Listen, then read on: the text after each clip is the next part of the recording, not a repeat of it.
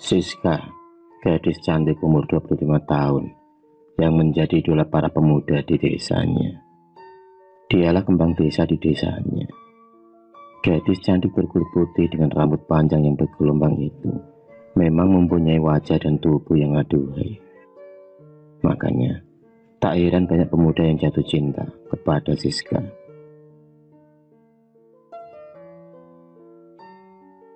Siska sendiri memang dikenal sering gonta-ganti pacar selama ini. Entah sudah berapa kali Siska bergonta-ganti pacar.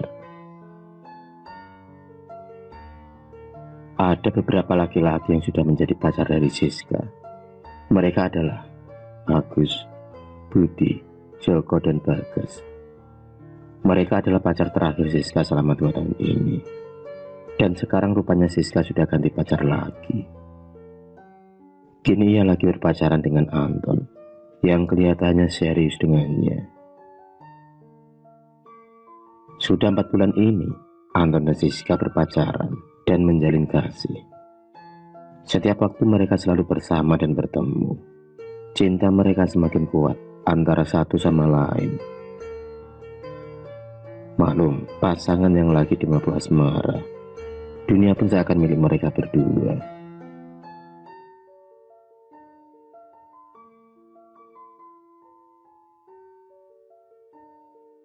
Kemana-mana Siska dan Anton selalu bersama. Dengan motor kesayangannya, Anton selalu mengantarkan Siska kemanapun mau pergi.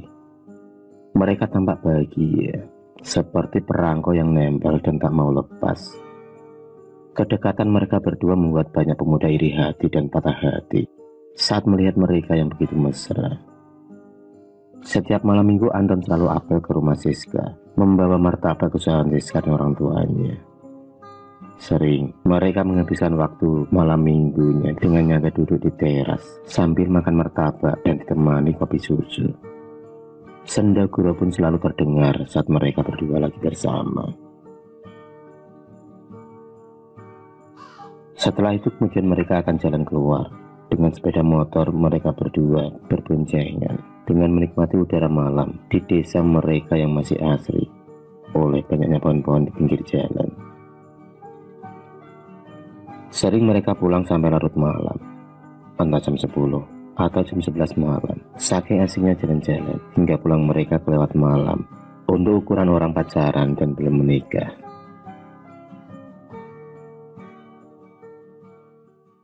Kedua keluarganya sudah saling tahu dan saling merestui hubungan mereka berdua.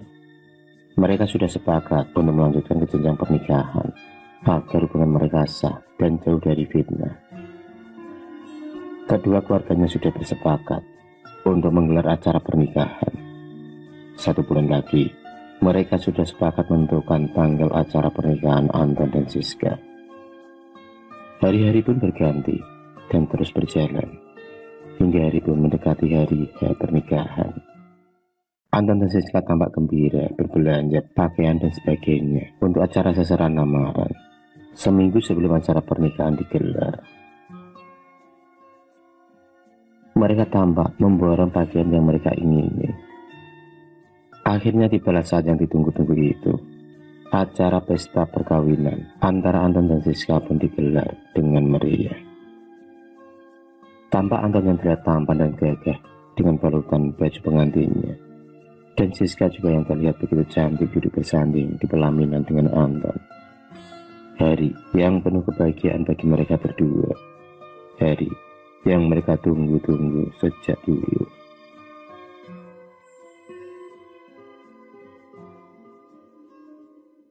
Di tempat lain ternyata ada seorang yang tampak tidak suka dengan pernikahan Anton dan Siska. Dialah Bagas.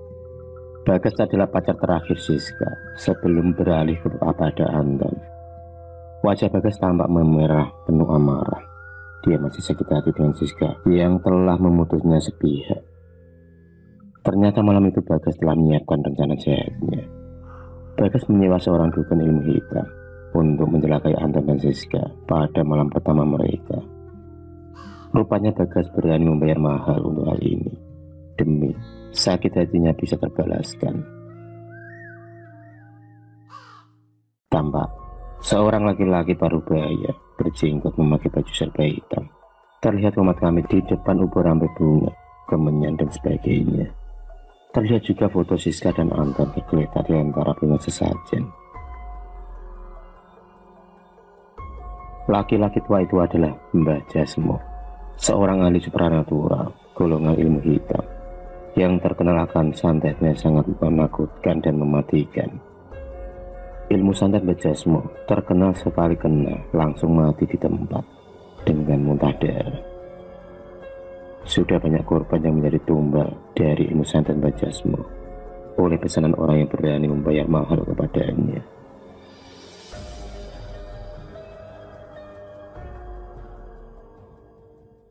Hari sudah mulai larut malam. Para tamu undangan sudah pada pulang. Dan hanya ada beberapa keluarga tetangga yang masih terjaga melayan. Suasana semakin terasa dingin dan sepi. Entah kenapa, beberapa orang mulai mengantuk dan tertidur pulas. Hingga tak ada satu orang pun yang terjaga malam itu. Semuanya tertidur pulas. Anton dan Siska yang tengah berada di dalam kamar pengantinnya tampak saling berpandangan bahagia. Mereka berdua merasa saatnya untuk bercinta malam itu. Karena malam itu terasa sudah larut dan sepertinya suasana sudah sepi dan hening.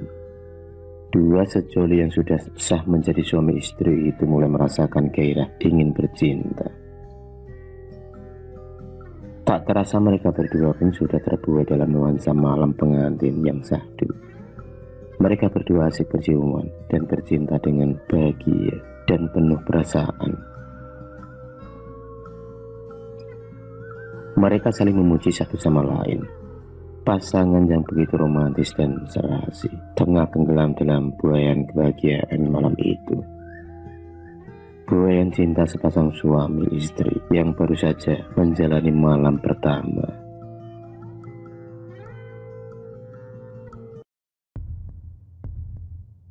Saat Anton dan Siska asik bercinta, tiba-tiba Siska menjadi merasakan kesakitan yang luar biasa. Siska seperti merasakan ada benda tajam yang menghujani tubuhnya, seperti ada tangan yang menjadi lehernya. Dan Siska juga merasakan tiba-tiba mendapatkan hentaman yang sangat keras di tubuhnya. Ia pun menjadi histeris, dan ia pun terkapar dengan memuntahkan darah dari mulutnya. Darah segar keluar dari hidung dan telinganya. Anton yang kaget tak bisa berbuat apa-apa. Dia gemetaran melihat tubuh Siska yang tiba-tiba jatuh dan terkulai lemas, terkapar darah seranjang dengan luka darah yang keluar dari mulut, hidung dan telinganya. Anton masih sangat shock dengan kejadian di depan matanya itu. Seolah dia tak percaya dengan apa yang terjadi malam itu. Orang tua Siska yang mendengar cerita dari Siska segera berlari dan segera membuka pintu kamar. Saat pintu kamar terbuka, ayah dan ibu Siska sangat shock melihat keadaan anaknya.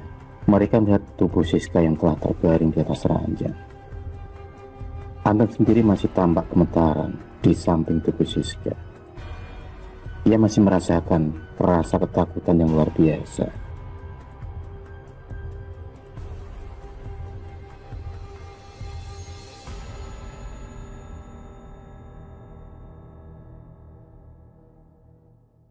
Keesokan paginya kematian Siska membuat gembar tetangga dan para warga desa. Betapa tidak, malam pengantin yang harusnya menjadi kebahagiaan malah kini berubah menjadi duka keluarga dan juga Anton suaminya. Kematian yang dirasakan aneh oleh semua anggota keluarga, karena Siska sebelumnya baik-baik saja dan sehat-sehat saja. Keluarga masih tak habis pikir tentang kematian dari Siska. Tampak para pelayat yang mulai bertambah.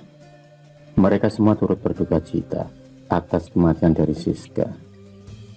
Sekitar pukul 9:30 pagi, jenazah Siska pun diberangkatkan menuju ke pemakaman desa, diiringi dengan isak tangis keluarga dan diikuti oleh para pelayat.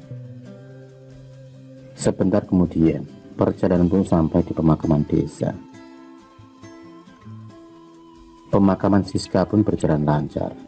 Tampak Anton yang masih shock di depan batu nisan Siska bersama kedua orang tua Siska yang sangat kehilangan anak perempuan satu-satunya yang kini telah tiada. Para pelayat pun mulai meninggalkan lokasi pemakaman. Mereka mulai pulang satu demi satu.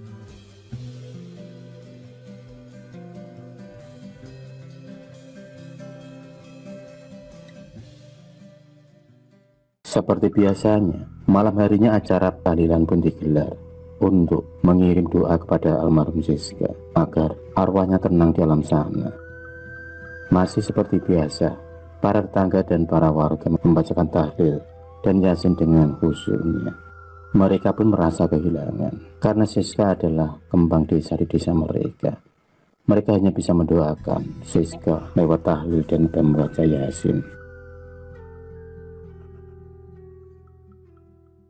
Hari pun berganti dan tibalah malam itu, malam terakhir, yaitu 7 hari meninggalnya Siska. 7 hari tahlilan pun berjalan dan seperti biasanya, tahlilan pun berjalan lancar. Beberapa orang mulai meninggalkan lokasi rumah Siska setelah acara selesai.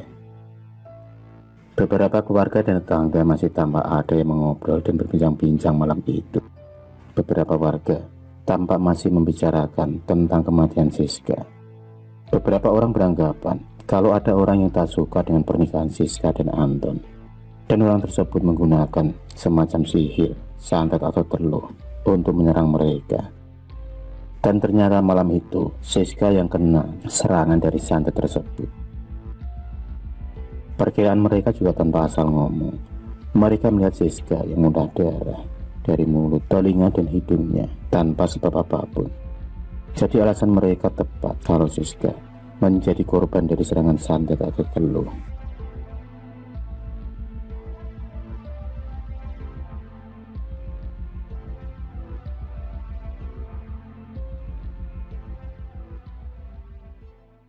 Setelah 7 hari kematian dari Siska, keanehan-keanehan mulai bermunculan. Sudah beberapa warga desa yang bersaksi pernah ditemui oleh hantu Siska yang menangis dan tiba-tiba menghilang. Mereka melihat Siska yang wajahnya berlumuran darah dan tampak pucat meminta tolong. Siska tampak sangat bersedih dan ia pun pernah mengatakan kalau ia mati dibunuh oleh seseorang yang tidak suka dengannya. Beberapa kali Anton juga bermimpi bertemu dengan Siska. Dalam mimpinya Siska tampak sedih dan menangis. Dia mengatakan kepada Anton agar mencari orang yang telah membuatnya mati dengan tragis. Ia pun mengatakan ciri-ciri orang tersebut. Dan sering, kalau malam Anton melihat sekilas bayangan yang mirip dengan istrinya Siska yang selalu datang ke rumah. Karena penasaran dengan apa yang dialaminya selama ini, Anton pun mendatangi seorang paranormal yang juga terkenal akan ilmu kebatinannya. Anton pun menuju ke rumah Mbah Sukro.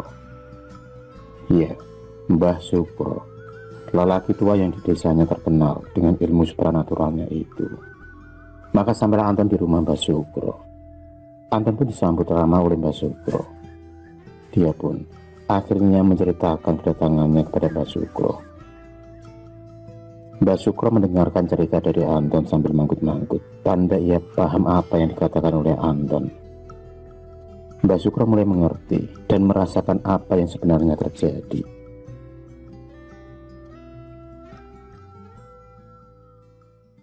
Mbah Sukro kemudian memejamkan kedua matanya. Kedua tangannya pun silangkan di depan dadanya. Beberapa saat kemudian, suasana tampak sepi dan hening. Mbah Sukro pun mulai mendapati gambaran apa yang sebenarnya terjadi pada kematian Siska di malam pengantinnya. Mbah Sukro melihat jelas dari awal dan siapa yang telah mencelakai Siska. Mbah Sukro pun kemudian membuka matanya, tanda meditasinya sudah selesai. Mbah Sukro kemudian mengatakan kepada Anton, bojomu pancen mati ini ora wajar. Sak benere pancen perkara kena serangan santet. Santet ganas yang dikirim wong sing ora seneng. Kowe nikah karo Siska. Sing dikongkon kuwi dukun bayaran. Mbak Sukro pun kemudian menjelaskan secara gamblang apa yang terjadi dengan Siska dan apa penyebabnya. Namun, beliau tidak mengatakan nama siapa orang yang telah mengirim santet dan membayarnya.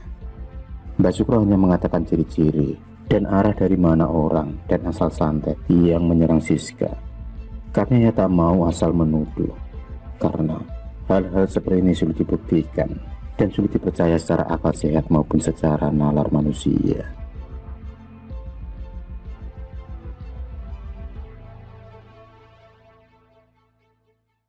Suatu malam, Bagas tampak tengah mabuk berat. Saat itu ia naik motor menyusuri jalan desa di dekat pos kambing.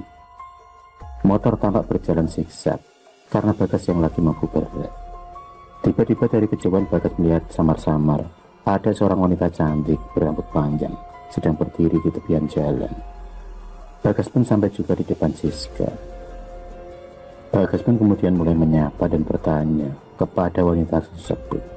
Namun, wanita itu masih tampak terdiam dan tak mau menjawabnya. Beberapa kali Bagas pun bertanya lagi kepada wanita tersebut. Dan kali ini, tiba-tiba wanita tersebut kemudian berbalik dan menoleh pada Bagas sambil tertawa. Bagas yang melihat siapa sebenarnya wanita yang tengah berada di hadapannya itu, sontak kaget dan langsung tancap gas. Ia pun meninggalkan lokasi tersebut dengan ketakutan. Sosok Siska masih saja mengejar Bagas yang melajukan motornya dengan cepat. Sosok Siska seakan terbang mengikuti Bagas. Tiba-tiba tanpa Bagas ketahui dari arah yang berlawanan, ada sebuah mobil truk yang melaju sangat kencang ke arahnya. Tak ada lagi, tabrakan pun tak dapat terhindarkan. Dan Bagas akhirnya tewas seketika di tempat itu, tertabrak oleh mobil truk tersebut.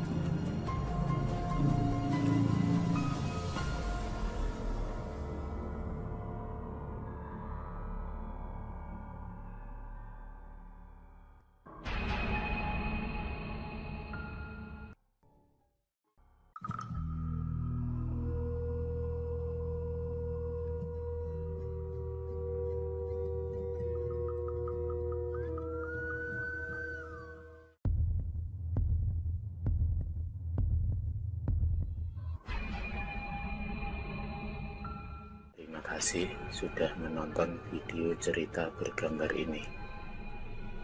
Klik subscribe untuk terus berlangganan video-video cerita bergambar selanjutnya. Semangat berkarya.